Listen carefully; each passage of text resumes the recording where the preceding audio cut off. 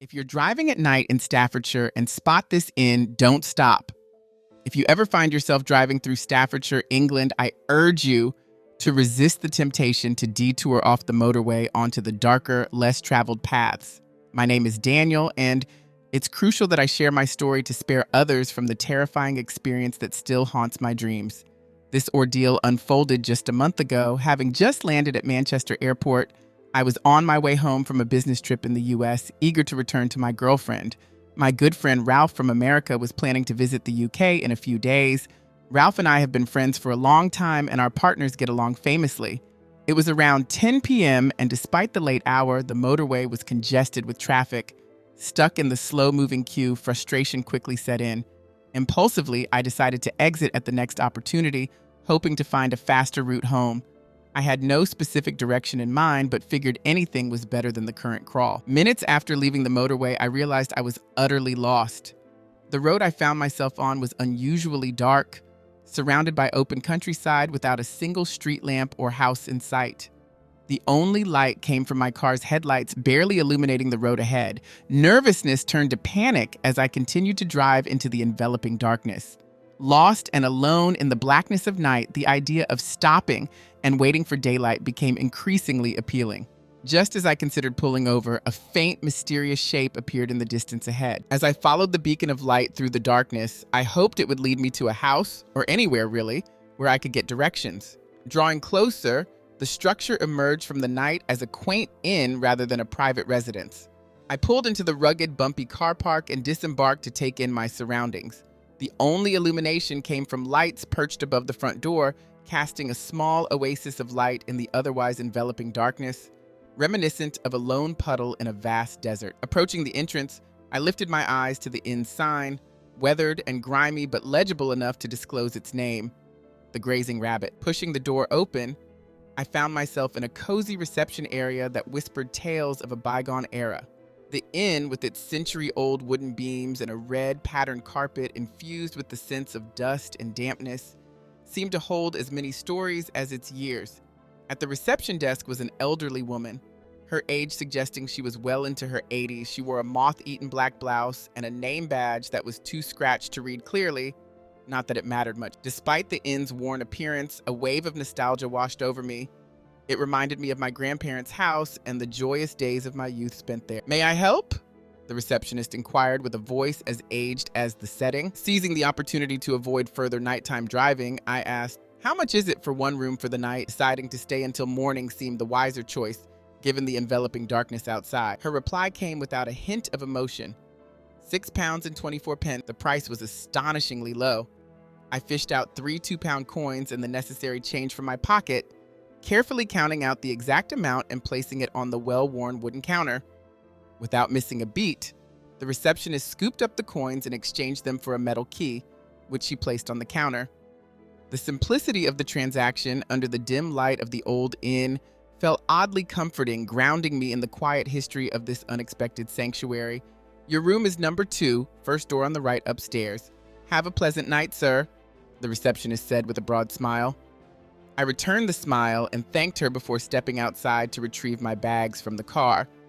After grabbing my suitcase, I re-entered the inn and noticed that the receptionist had disappeared, probably for a quick break, though I didn't dwell on it. My main focus was on maneuvering my heavy suitcase up the creaking wooden stairs to my room. Upon reaching the top, I easily found my room and unlocked the door. The accommodations were modest: a wooden bed adorned with a traditionally patterned duvet and pillows, a desk, a wardrobe, a chest of drawers, and a window with drawn curtains on the right side of the room. Checking my watch, I realized the late hour and decided to get some rest to prepare for the long drive ahead. I quickly stripped down to my socks and underwear, switched off the light, and settled into bed. Sleep came swiftly, but it was soon interrupted. I awoke in total darkness, feeling nauseous and dizzy. Confused, I wondered if I was reacting to the room's dusty environment. My watch read 1:20 a.m., far too early to rise, but too late to ignore my discomfort. I got out of bed and moved towards the window for some fresh air, drawing the curtains and reaching for the cold metal handle to open it. As I peered into the darkness outside, the landscape was barren except for a few trees framing the inn. Then I noticed a figure among the trees, holding what appeared to be a lantern. The The figure was distant, barely discernible as a man in tattered clothing holding the lantern at eye level, an eerie and solitary presence in the dead of night. I hesitated, unsure if the figure in the distance was watching me. Although a part of me wanted to call out and offer assistance, sympathy for anyone lost in such pitch darkness was natural. I decided against it. Exhaustion was setting in, and frankly, the man's presence was unsettling. Opting not to open the window, I retreated back to my bed, hoping to shake off the unease. As the night progressed, my nausea subsided, yet the image of the stranger lingered in my mind. By morning, as I packed my bags ready to leave, the eerie vision from the night before was still vivid. Peering out my bedroom window in the daylight, the inn's isolation became starkly apparent. It was 11 a.m., and yet there were no signs of civilization, no houses or main roads anywhere close. With my suitcase in hand, I walked through the reception, placed the room key on the counter, and offered a word of thanks to the receptionist. As I tried to rationalize the strange figure's presence, perhaps a trick of my fatigued mind, I stepped into the car park only to be greeted by a shocking sight. My car had been severely vandalized, the damage was extensive, windows shattered, the body heavily dented, and the interior was a mess, clearly struck repeatedly with a blunt object. As I surveyed the extensive damage, it became clear that I wouldn't be driving home anytime soon. Shaken, I spent the afternoon making calls from the reception phone to my girlfriend, as my mobile phone had no signal in this remote area. Admitting to my girlfriend that the car, a gift from her father, that she had yet to drive herself, was wrecked, felt dreadful. I wasn't even insured to drive it. Desperate for a solution, she connected me with her uncle who deals in used cars, hoping he could help sort out this mess. He explained that it was a busy time for him, but he could manage to deliver a car in about 2 to 3 days. This news was frustrating, yet the timeline was somewhat reasonable under the circumstances. Throughout our conversation, my girlfriend and I pondered who might have vandalized the car so ruthlessly and why. Despite various theories, nothing seemed to make sense. She also mentioned that Ralph had called, expressing his excitement about meeting up with us soon. After reassuring each other with an "I love you," I ended the call. With no internet or phone service and my plans to read the books I'd bought for the flight thwarted by the day's unsettling events, I found myself aimlessly flipping through pages. The stress had all but erased my appetite, leaving me to subsist on whatever snacks, cough sweets, and crisps I had in my suitcase. As evening fell and darkness enveloped the inn once more, I decided it was time to discuss my situation with the receptionist and extend my stay for 2 additional nights. Navigating the quiet inn, I wondered about the mysterious absence of other guests. Why hadn't I been assigned room number 1? Curiosity got the better of me, and I knocked on the door of room number 1, hoping to meet whoever might be inside. No response came, and the door remained firmly locked, a puzzling circumstance given the apparent vacancy of the inn. That night, I retired early around 9 p.m., nursing a splitting headache likely caused by dehydration and stress. My routine mirrored the previous night. I undressed, turned off the light, and quickly fell asleep. Yet, the night brought little relief. I awoke again in a pitch-black room, my headache persisting and a newfound thirst nagging at me. I reached for the half-empty water bottle by my bed and checked the time. It was 1 a.m. After taking a few gulps from my water bottle, the unsettling memories of the previous night resurfaced, the mysterious figure outside my window. With the bottle now empty, curiosity got the better of me. I needed to see if the figure had returned. It might have been foolish, but the urge was too strong to ignore. I cautiously stepped out of bed and approached the window, peering through the curtains just enough to glimpse outside. My heart sank as I saw him again, this time alarmingly closer, only about 10 to 12 feet from the inn. The sight sent a shock through my legs, causing me to stumble backward onto the hard wooden floor. There I was, on the second floor, feeling a mix of terror and gratitude for the physical barrier it provided. After a moment's hesitation, curiosity drove me back to my feet. I edged the curtain aside once more for another look. The man was still there, his presence more discernible under the moonlight. He appeared to be a Caucasian male of average height and build, clad in a white vest and dark, tattered work trousers, his appearance marred by black soot. The lantern he held cast eerie shadows, making it difficult to see his face clearly, which seemed oddly deformed. Feeling vulnerable, I backed away and ensured my door was securely locked. I then pushed an armchair against the window as a makeshift barrier a thin veil of security against the looming threat outside. Despite the absurdity, I convinced myself he might just be a peculiar nocturnal gardener and tried to dismiss further thoughts that would only spiral into fear. Exhaustion eventually overpowered me, and I climbed back into bed, determined to sleep. Yet just as I was drifting off, a chilling noise clawed at the edges of my consciousness.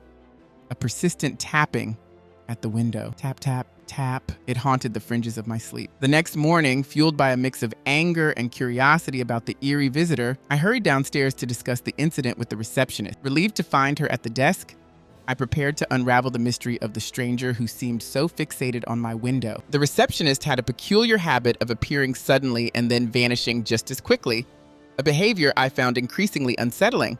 Gathering my courage, I approached her desk. "Excuse me," I began with as much politeness as I could muster. "Is there anything I should know about this hotel that hasn't been disclosed to me?" She looked at me, her expression a blend of confusion and curiosity, but she didn't immediately respond. "Are there any other workers here besides you?" I asked, my frustration growing. She paused before answering. "I assume you've seen something, am I right?" Her voice carried a mix of resignation and intrigue. "Yes, you are," I replied. "For the last 2 nights, there's been a strange man wandering around the grounds at ungodly hours, peering through my bedroom window."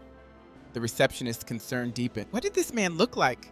she asked, her voice trembling slightly. "He wore tattered clothes and held a lantern. Couldn't make out much else. Could you please tell whichever staff member it is to avoid creeping around the grounds at night, or at least ensure they do not disturb the guests?" I added, hoping for some practical resolution. As I turned to leave, her next words stopped me cold. "Sir, there are no other staff members at this hotel." I froze, then slowly faced her again, a chill running down my spine. She continued, "This inn has a dark history. It was originally a holding place for the bodies of miners from the nearby mine, one of the busiest in Staffordshire. Unfortunately, the mine collapsed about 80 years ago, tragically killing all the workers inside. The reasons for the collapse remain a mystery to this day," she elaborated. "The grazing rabbit served as a temporary morgue for the recovered bodies during the cleanup operations. Many miners, however, were never found. Once the identified bodies were moved, this building was converted into the inn you see now." As the receptionist relayed this grim history, a sense of dread overwhelmed me. The description matched too closely. The lantern, the tattered clothes, it was as if the man outside my window was one of those miners, forever haunting these grounds. Shaken, I muttered a thank you and retreated to my room, my mind racing with the horrific implications of her tale. The rest of the afternoon passed in a haze of fear. The thought of packing up and leaving on foot crossed my mind, hoping to reach a nearby town before darkness enveloped everything. But the fear of getting lost in the surrounding darkness, potentially encountering whatever haunted this place, was paralyzing. Reluctantly, I resigned myself to stay one more night despite the terrifying stories and the chilling visitor outside my window. The afternoon unfolded much like the previous day, except I made a conscious effort to drink plenty of water, hoping to stave off another unbearable headache. Despite my attempts to distract myself, the receptionist's story echoed in my mind, making each passing hour increasingly tense as night approached. My heart raced, and my breaths grew shallow with anxiety. I had hoped to connect with the occupant of room number 1, seeking some solace in shared experience, but they remained elusive, heightening my sense of isolation.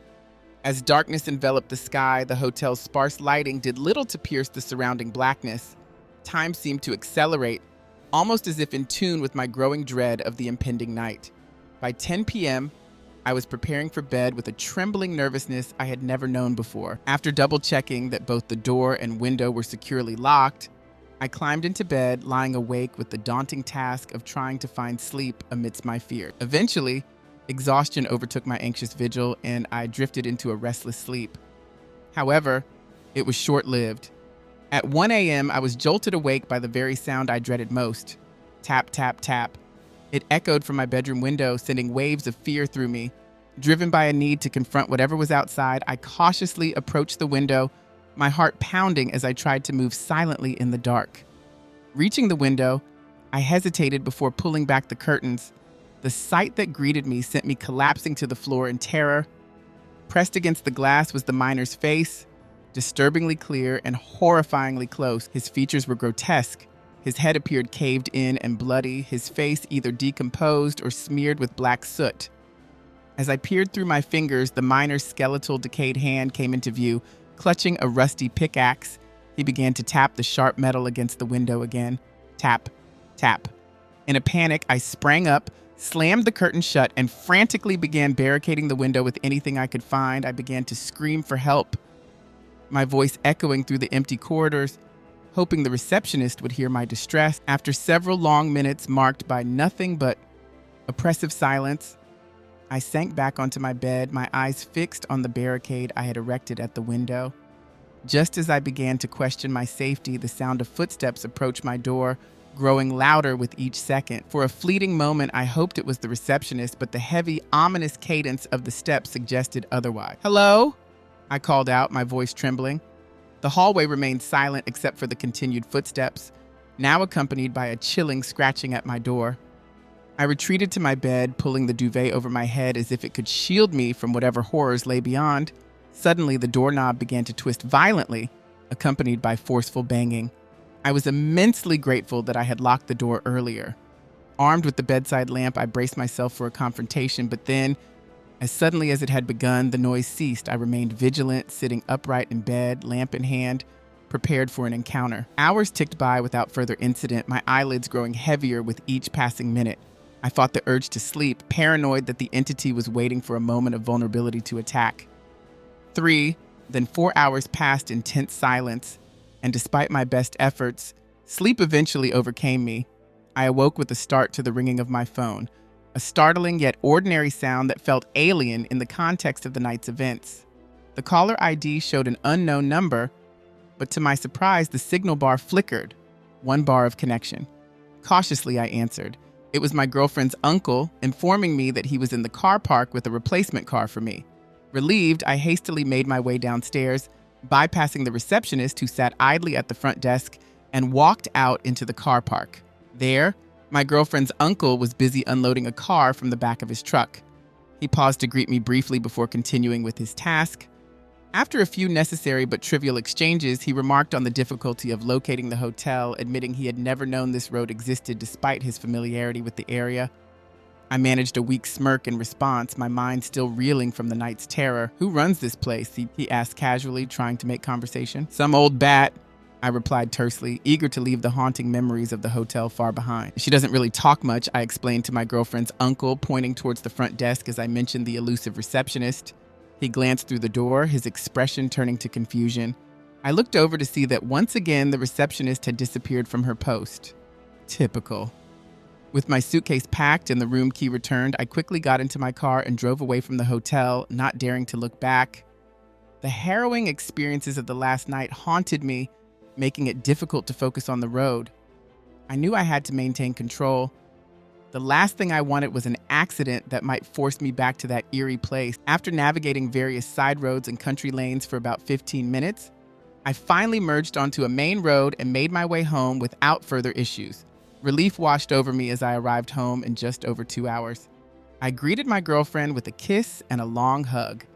As she helped me unpack, she inquired about my stay at the Grazing Rabbit. I quickly diverted the conversation to avoid reliving the horrors. She looked worried as she noticed my hands trembling, but I insisted that everything was fine. It wasn't until I finished unpacking that I realized I had left my laptop charger at the hotel. Crap, I muttered under my breath. Just then, the phone rang. It was Ralph, fresh off his plane at Manchester Airport, telling me he'd visit us in a few days. I seized the opportunity and asked him if he could swing by the Grazing Rabbit to retrieve my charger from room 2. I reassured him that it would be safe as he would likely be there during daylight. He agreed, and I provided him with the best directions I could remember. After thanking him, I ended the call and headed to bed, exhausted and in need of rest. 3 days later, after returning from shopping with my girlfriend, I was unloading groceries when I decided to check our answering machine. My girlfriend was on her mobile, her voice tense as she seemed to be soothing someone. Curiosity piqued. I held off joining her until after I listened to the messages, expecting a call from Ralph about his arrival. As I pressed the playback button, her conversation escalated, her voice growing louder from the kitchen. I quickly shut the door to the front room before pressing play on the answering machine. Ralph's voice came through. "Hey, Dan. Just letting you know, I'm stopping at this Grazing Rabbit place for a few nights. It's getting a bit dark around here, and I'm not about to drive in this. I mentioned you to the old-timer at the desk, and she told me to pass on her regards. She seems nice." I should be over in a few days. See you then. The message, innocent in tone, sent a shiver down my spine. I rushed into the kitchen to find my girlfriend pale and shaken, the phone slipping from her grasp. Ralph's wife says he hasn't called in days. She's getting really worried, she stammered, her voice trembling with distress. The gravity of the situation was sinking in, and the rest of the afternoon saw her frantically calling friends and family, hoping someone had heard from Ralph. She eventually called the police, asking them to check the grazing rabbit. While she dealt with a whirlwind of phone calls, my emotions were starkly different. I sat frozen in my armchair, engulfed in a sense of dreadful anticipation. About an hour later, the police called back. I didn't need to hear the conversation to know something terrible had happened. My girlfriend's screams were enough. Ralph had been found dead in his room at the Grazing Rabbit, room number 2, the same room I had stayed in. The details were horrific. His door had been forced open, and he was brutally murdered in his bed. The police wanted to talk to me. They mentioned the receptionist was nowhere to be found and seemed to be a person of interest in the case. As I processed the horrifying news, the weight of guilt bore down on me. I had inadvertently led my friend into a deadly trap, knowing full well the sinister nature of that place. Paralyzed by fear and remorse, I sat motionless, overwhelmed by the thought that my suggestion had led to such a tragedy. Finally, pulling myself together, I called a taxi to take me to the police station, though I felt far from ready to face what awaited. The ride there was a blur, my mind reeling from the shock and the heavy burden of guilt that I couldn't shake off. I remember the heavy drag of my feet across the station car park, each step feeling like a monumental effort as my body seemed to give up on me. All I wanted was to find a quiet corner and weep away the horror and disbelief. A young officer guided me into the questioning room, where 2 seasoned detectives awaited me, their expressions somber as they gestured to the vacant plastic chair across from them. One detective offered me a drink as I took my seat, but the sight of the folder filled with documents and crime scene photos he carried was enough to turn my stomach. I declined the drink, fearing I couldn't stomach it. The detective opened the folder and began detailing the gruesome findings at the crime scene. The suspected murder weapon was a pickaxe, and it appeared Ralph had been awake during the attack, having tried to barricade his door unsuccessfully. As the detective spoke, my mind was a whirlwind of emotions, barely processing the information being laid out before me. However, when the detective mentioned room number 1, my attention snapped back. They had tried to contact the occupant of that room too, ultimately resorting to breaking down the door after failing to find a key.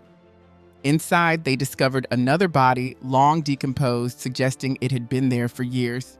Preliminary findings indicated this victim had met a fate similar to Ralph's. The detectives then showed me a photo of the supposed victim, Agnes Smith, an elderly woman who had vanished years ago under mysterious circumstances. The police had thought she had escaped to Australia to live with relatives or perhaps was hiding under a new identity. Staring at the photograph, I recognized her immediately. It was the receptionist I had interacted with during my stay. I protested vehemently, insisting that there was no way the woman in the photo could be dead. I had just spoken to her, she had handed me my key, she had been right there at the desk. But the police were adamant. There was no one alive at the hotel when they arrived, and as far as they were concerned, the place had been long abandoned. The gravity of the revelation that I had been interacting with a ghost or something else left me reeling. It's been a few weeks since those terrifying days at the Grazing Rabbit, but the memories are as vivid and chilling as ever. The police have ceased their calls, which brings mixed feelings. Their updates once provided a flicker of hope that the case would be resolved, allowing life to return to normal. However, recounting the events repeatedly became exhausting, especially as I sensed their skepticism towards my account. These past weeks have been torturous, haunted incessantly by memories of the Grazing Rabbit. The horror of my stay there lingers vividly in my mind. Nightly, I'm jolted awake by imagined sounds of tapping, sounds my girlfriend never hears. On particularly dark days, paranoia grips me with the fear that the menacing figure from the inn is still pursuing me, intent on finishing what was started. These fears have taken a toll not just on me, but on my relationship as well. My girlfriend has left, unable to cope with the changes in my demeanor. Her departure has left me isolated, alone with my spiraling thoughts and growing despair. Hope has given way to a pervasive fear that I may never regain a sense of normalcy. This narrative serves as a dire warning to anyone who might find themselves near the Grazing Rabbit after dusk. The overwhelming dread that place instills can suffocate, yet I implore you, continue driving. Do not stop. While some might dismiss my experiences as the ramblings of a madman, My plea remains earnest. Stay away from that cursed inn, lest you find yourselves ensnared in its horror. I can only hope this warning spares others from becoming another victim of the dark paths that lead to such malevolent haunts.